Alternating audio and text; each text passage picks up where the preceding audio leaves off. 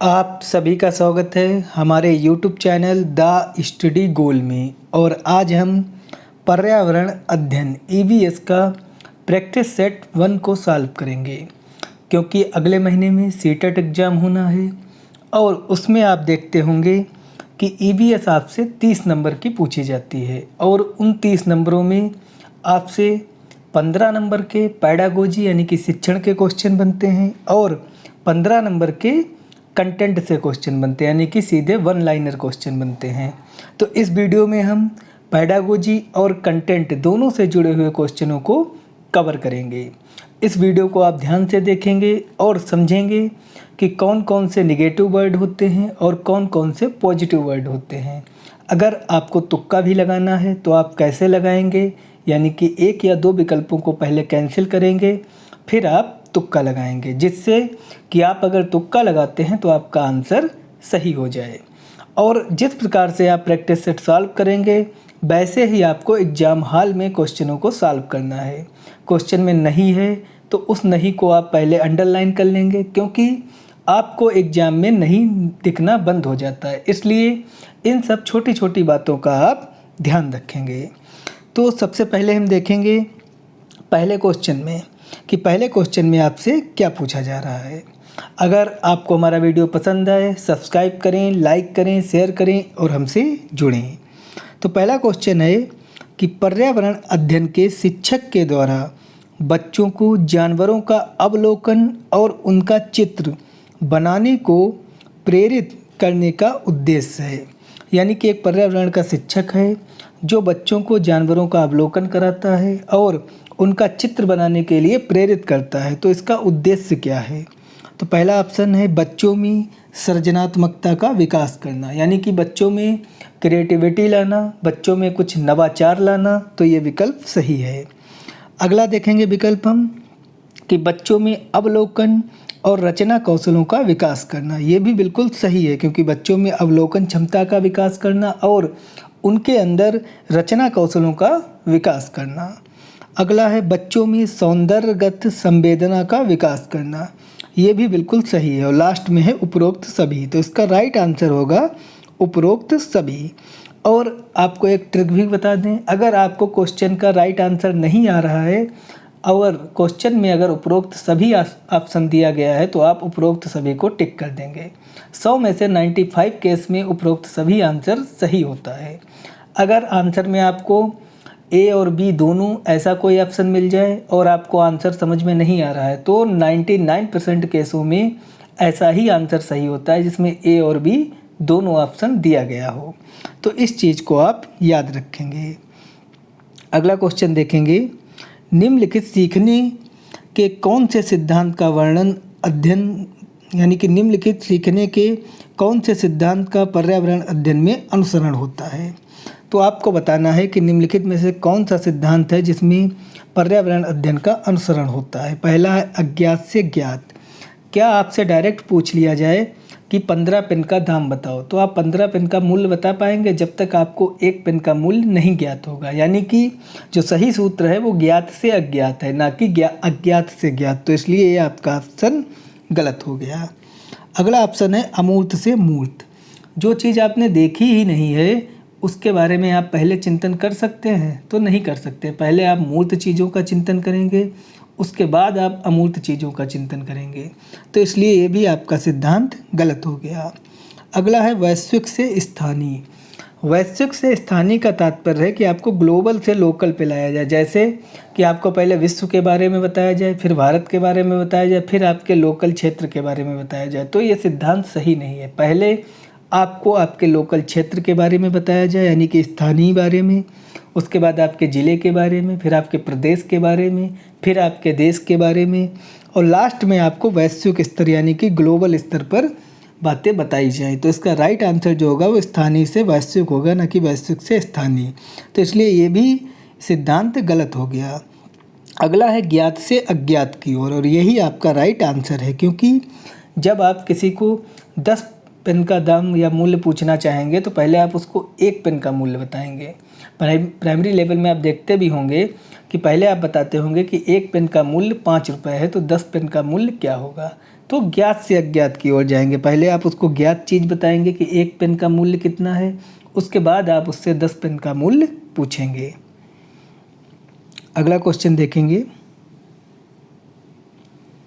अगला क्वेश्चन है, एक कक्षा 5 की शिक्षिका एक क्रियाकलाप का संचालन करती है जिसमें वह कक्षा के बच्चों से फर्श पर चीनी के कुछ दाने डालने को कहती है और उनको चींटियों के आने का इंतज़ार करने को कहती है। बच्चों को इस क्रियाकलाप से अर्थपूर्ण सीखने को मिल सकता है यदि शिक्षक।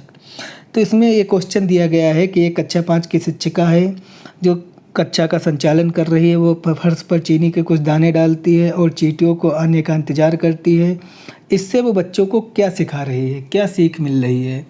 तो पहला ऑप्शन है इसमें कि बच्चों को क्रियाकलाप का अवलोकन, अनुभव साझा और उस पर चर्चा करने को प्रेरित करती है। तो इस विकल्प को हम रोक के रखेंगे कि शायद ये हमारा विकल्प हो जाए। अगला देखेंगे, बच्चों को क्रियाकलाप से संबंधित प्रश्नों को घर से करने को प्रेरित करती है। तो ये तो बिल्कुल भी नहीं होगा, क्योंकि आप होमवर्क का बिल्कुल भी कार्य नहीं कराएंगे प्राइमरी लेवल में, क्योंकि एनसीएफ 2005 ये कहता भी है कि आप प्राइमरी लेवल में कम से कम होमवर्क कराएंगे। तो इसलिए जैसे ही आपको घर से करने की बात आ गई, आप इसको विकल्प को कैंसिल कर देंगे। अगला है, बच्चों को क्रियाकलाप का अवलोकन करने को प्रेरित करती है। तो इसको रोक के रखेंगे। अगला है, बच्चों को अनुभव साझा करने को प्रेरित करती है। इसको भी रोक के रखेंगे। तो अब आप देख रहे होंगे आपके पास ये 3 विकल्प बचे हैं, पहला, तीसरा और चौथा। और आप एक चीज़ देख रहे होंगे कि इन दोनों विकल्पों का पूरा समायोजन आपको पहले विकल्प में मिल जाता है कि अवलोकन और अनुभव साझा, यानी कि दोनों चीज़ आपको एक ही विकल्प में मिल रही है, साथ में चर्चा भी मिल रहा है। तो देखा जाए तो सबसे ज़्यादा जो पार्ट कवर कर रहा है वो पहला ऑप्शन कवर कर रहा है, और आपको सीटेट में वही विकल्प चुनना है जो सबसे ज़्यादा चीज़ों को कवर करे। तो इसमें राइट विकल्प पहला होगा, क्योंकि इसमें अवलोकन भी है, अनुभव साझा भी है और चर्चा भी है। तो इसलिए राइट आंसर इसका ए होगा। अगला क्वेश्चन देखेंगे हम, निम्नलिखित में से कौन सा पर्यावरण अध्ययन में सीखने का रचनात्मक आकलन का साधन नहीं है? तो सबसे पहले आप नहीं को अंडरलाइन कर देंगे, क्योंकि आपको एग्जाम में नहीं दिखना बंद हो जाता है। तो इसमें पूछा गया है कि पर्यावरण अध्ययन सीखने के लिए रचनात्मक आकलन कौन सा नहीं है, यानी कि जो क्रिएटिविटी आकलन है आपका, रचनात्मक आकलन है, वो कौन सा नहीं है? तो पहला है वर्णन अभिलेख। तो वर्णन अभिलेख के द्वारा रचनात्मक आकलन होगा, क्योंकि जो वर्णन अभिलेख होगा उसमें जो आपके अभिलेख हैं, आपके जो दस्तावेज हैं, उनको वर्णित करके क्रमवार तरीके से प्रस्तुत किया जाएगा। तो इसलिए ये आपका ऑप्शन सही है। अगला है पोर्टफोलियो। पोर्टफोलियो एक ऐसा सिस्टम है जिसके द्वारा आपकी प्रगतियों को, आपके ब्यौरों को क्रमबद्ध तरीके से प्रस्तुत किया जाता है। वो शिक्षक के द्वारा प्रस्तुत किया जाए या आपके द्वारा प्रस्तुत किया जाए या आपके साथ अभिभावकों को इसके द्वारा प्रस्तुत किया जाए। तो ये पोर्टफोलियो आपका ऑप्शन सही होगा। अगला है क्रम निर्धारण मापनी। तो क्रम निर्धारण मापनी में भी आपका जो प्रगति का ब्यौरा होता है उसको क्रमिक तरीके से प्रस्तुत किया जाता है। तो इसलिए ये भी आपका रचनात्मक आकलन का साधन है। अगला है वार्षिक उपलब्ध परीक्षण। और ये जो वार्षिक उपलब्ध परीक्षण है वो आपका रचनात्मक आकलन नहीं है, क्योंकि सीटेट में आपको पढ़ाई लिखाई से चीज़ों को सिलेक्ट नहीं करना है। और जो वार्षिक उपलब्ध परीक्षण होती है इसको कहते हैं हम एनुअल एग्ज़ाम। तो क्या एनुअल एग्ज़ाम के द्वारा आप रचनात्मक चीज़ें सीख सकते हैं? एनुअल एग्ज़ाम तो सिर्फ आपको क्लास पास कराने के लिए किया जाता है, यानी कि पिछली कक्षा से अगली कक्षा भेजने के लिए एनुअल एग्ज़ाम कंडक्ट कराया जाता है। लेकिन एनुअल एग्ज़ाम के द्वारा आप रचनात्मक आकलन नहीं कर सकते। इन चीज़ों के द्वारा आप रचनात्मक आकलन कर सकते हैं। और आप देख भी रहे होंगे कि वार्षिक उपलब्ध परीक्षण ये पढ़ाई लिखाई से भी जुड़ा हुआ है, इसलिए ये विकल्प आपका नहीं होगा। तो यही आपका नहीं वाला हो गया। अगला क्वेश्चन देखेंगे हम, निम्नलिखित में से किसको पर्यावरण अध्ययन में बच्चों के आकलन में दूर करना चाहिए? दूर करने का तात्पर्य है अवॉइड करने से। आप इंग्लिश वर्जन ज़रूर देख लेंगे, क्योंकि इंग्लिश वर्जन आपको सरल मिलेगा। हिंदी वर्जन में इतने कठिन शब्द कोई प्रयोग हो जाते हैं, इस तरीके से प्रस्तुत किए जाते हैं कि आप उनका भाव नहीं समझ पाते हैं। इसलिए आप क्वेश्चन का इंग्लिश वर्जन ज़रूर देखें। तो यहाँ पर पूछा गया है कि पर्यावरण अध्ययन में बच्चों के आकलन के समय क्या क्या अवॉइड किया जाता है, यानी कि क्या अवॉइड करना चाहिए? तो पहला है आकलन के संकेतकों का उपयोग। तो ये नहीं आप इसको अवॉइड कर सकते, क्योंकि अगर आकलन में कोई बच्चा संकेतकों के द्वारा या इंडिकेट कर रहा है कोई चीज़, तो उसको आप आकलन से अवॉइड नहीं कर सकते। अगला है बच्चों के सीखने के गुणात्मक आकलन, आप इसको भी नहीं अवॉइड कर सकते, ये भी सही है। फिर है बच्चों के उत्तरों को सही या गलत में आंकना, तो इसको हम रोके रखेंगे क्योंकि ये दोनों तो नहीं आप अवॉइड करेंगे, लेकिन इसको रोके रखेंगे कि शायद इसको आप अवॉइड कर दें। अगला है कक्षा 5 में ईवीएस पाठ्य पुस्तक में प्रत्येक पाठ के अंत में दिए गए आज हमने क्या सीखा है पर चर्चा करना, तो इसको भी आप अवॉइड नहीं कर सकते, क्योंकि जो प्रत्येक पाठ में दिया गया होता है कि आज हमने क्या सीखा है उस पर चर्चा करना, ये तो एक महत्वपूर्ण टॉपिक होता है। अगर आप इसको अवॉइड कर देंगे तो आप बच्चों में रचनात्मक आकलन का कैसे विकास करेंगे, यानी कि आप उनका आकलन सही तरीके से नहीं कर पाएंगे। तो इसलिए जो आप अवॉइड करेंगे वो तीसरा विकल्प कि बच्चों के उत्तरों को सही या गलत में आंकना। आपको बच्चों के उत्तरों को सही या गलत में नहीं आंकना है, आपको ये आकलन करना है कि उन्होंने क्या समझा है, उनके अंदर कैसी क्षमता का विकास हुआ है, उनका जो आकलन था वो रचनात्मक है कि नहीं है। यानी कि आप पढ़ाई लिखाई से चीज़ों को बिल्कुल भी नहीं चूज करेंगे, और इसमें बच्चों के उत्तरों को सही या गलत में आंकना ये पढ़ाई लिखाई से संबंधित है। और आपको सीटेट में बच्चों के उत्तरों को सही या गलत में नहीं आंकना है, आपको ये देखना है कि उनके अंदर कितना समझ का विकास हुआ है। इसलिए ये आपका आंसर गलत हो गया, यानी कि आप इसको अवॉइड कर देंगे। अगला क्वेश्चन देखेंगे, नीचे दिए गए पक्षियों की कौन सी प्रजाति झटके से अपनी गर्दन आगे पीछे करती है, तो इसमें आपका राइट आंसर मैना है, क्योंकि मैना अपनी जो गर्दन है वो आगे पीछे जो करती है वो एकदम झटके से करती है। और ये आपका क्वेश्चन 2019 में जो आपका सीटेट हुआ था दिसंबर में, उसमें ये क्वेश्चन आया था। अगला क्वेश्चन देखेंगे हम, नीचे दी गई सूची पर विचार कीजिए। कछुआ, घड़ियाल, कौवा, बत्तख, मछली, इस सूची में निम्न में से कौन दूसरों से भिन्न है। आपको बताना है कि नीचे दिए गए जो जीव हैं इनमें से कौन सा जीव ऐसा है जो अन्य से भिन्न है। तो आप देख रहे होंगे इसमें जो कछुआ है, घड़ियाल है यानी कि मगरमच्छ, कौवा, बत्तख, मछली, तो इसमें आपको अलग बताना है। तो पहला है घड़ियाल, घड़ियाल मगरमच्छ होता है, तो आप देख रहे होंगे इनमें सब में घड़ियाल अलग नहीं है, क्योंकि कछुआ हो या मगरमच्छ हो या बत्तख हो या मछली हो, ये सब जलीय जीव है, यानी कि जल में भी रह सकते हैं, लेकिन जो कौवा है ये जल में नहीं रह सकता, तो इसलिए आपका कौवा अलग हो गया।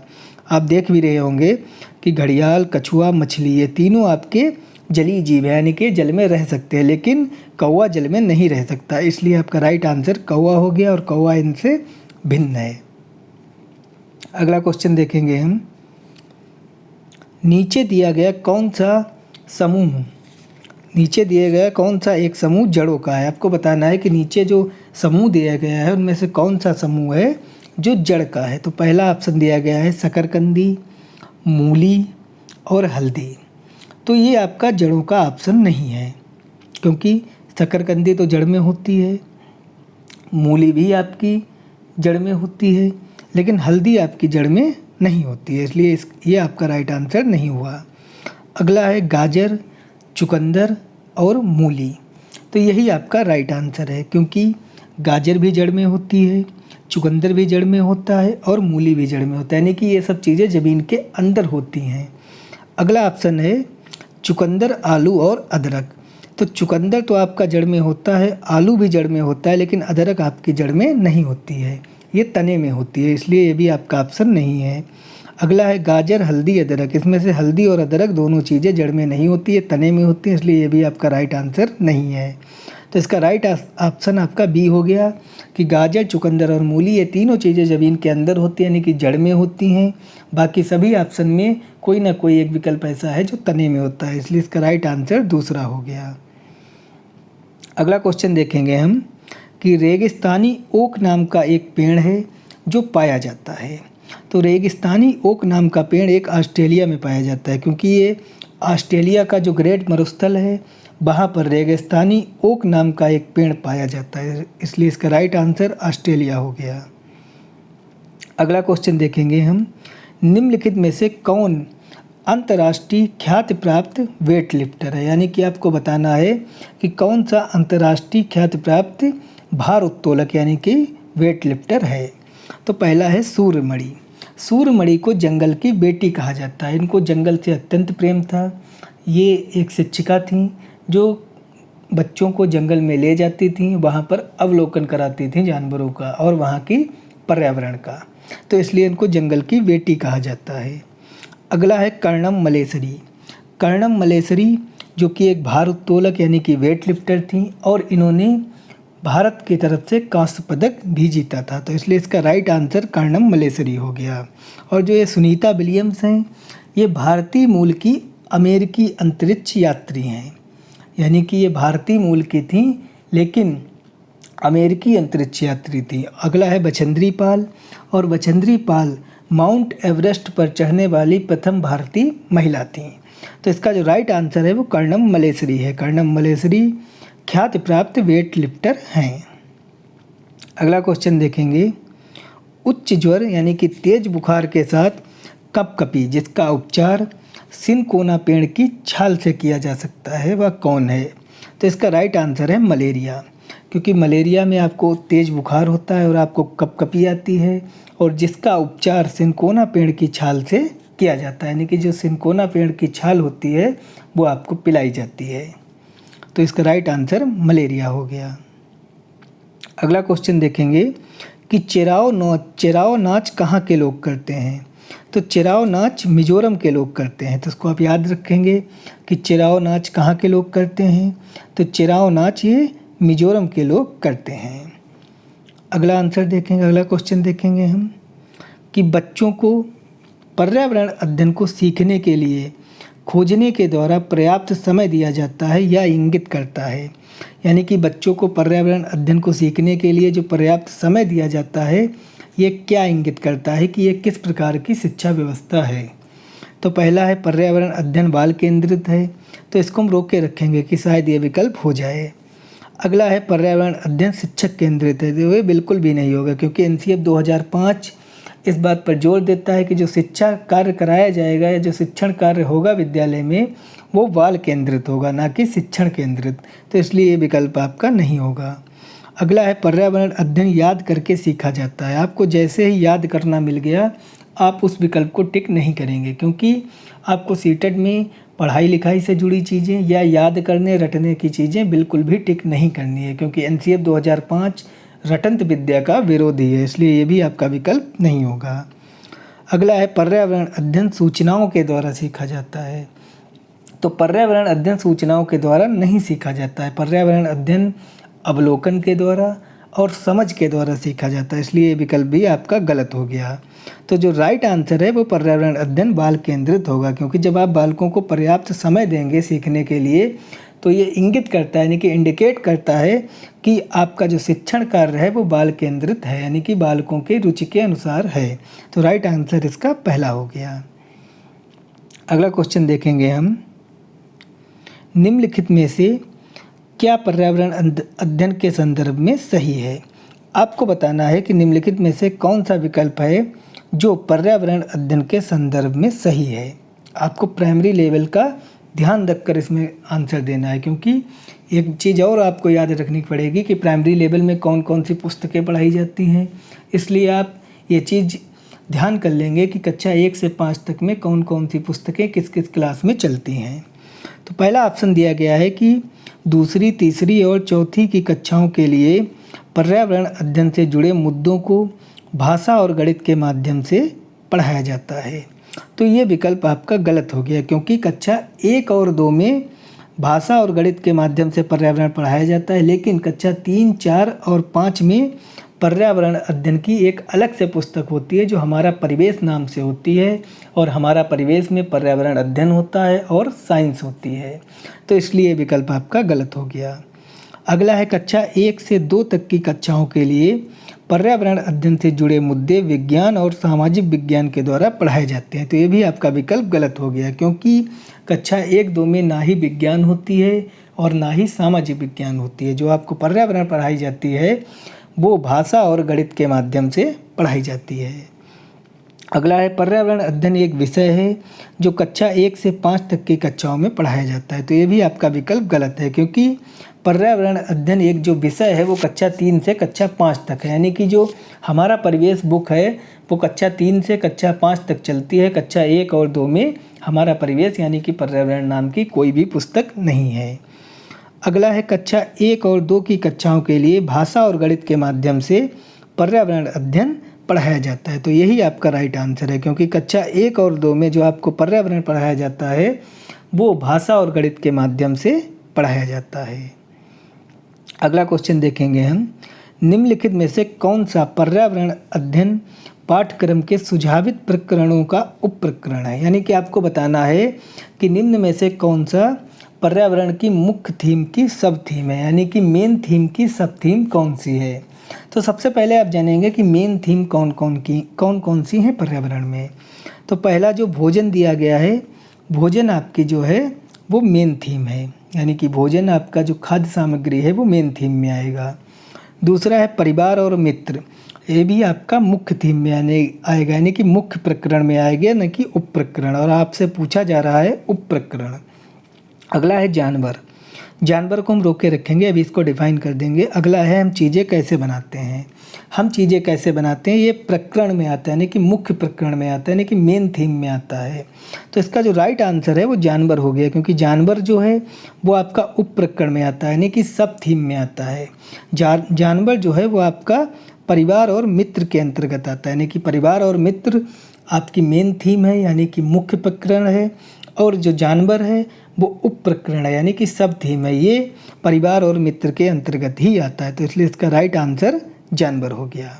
तो आपने देखा पर्यावरण से संबंधित हमने 15 क्वेश्चनों को इस प्रैक्टिस सेट में सॉल्व किया, और हमने ये थोड़ा फास्ट भी किया, क्योंकि अगर स्लो इसको बनाते और ज़्यादा डीपली जाते तो बहुत वीडियो लंबा हो जाता है। इसलिए हमने आपको प्रैक्टिस जल्दी कराई, क्योंकि सीटेट एग्ज़ाम आने वाला है। इसलिए आप जितने ज़्यादा से ज़्यादा क्वेश्चनों को कवर करेंगे, देखेंगे, तो उससे आपका प्रैक्टिस बढ़ता ही जाएगा, और जब आपकी प्रैक्टिस बहुत ज़्यादा होगी तो आपके सीटेट में नंबर अच्छे आने के चांस ज़्यादा रहेंगे, क्योंकि आपको सीटेट में प्रैक्टिस के जरिए ही नंबर अच्छे मिल सकते हैं, क्योंकि सीटेट में हर बार आयोग क्वेश्चन नए बनाता है। तो इसलिए आप क्वेश्चन का नेचर समझें कि क्वेश्चन किस प्रकार से आते हैं। अगर आपको हमारा वीडियो पसंद आए, सब्सक्राइब करें, लाइक करें, शेयर करें और हमसे जुड़ें। धन्यवाद।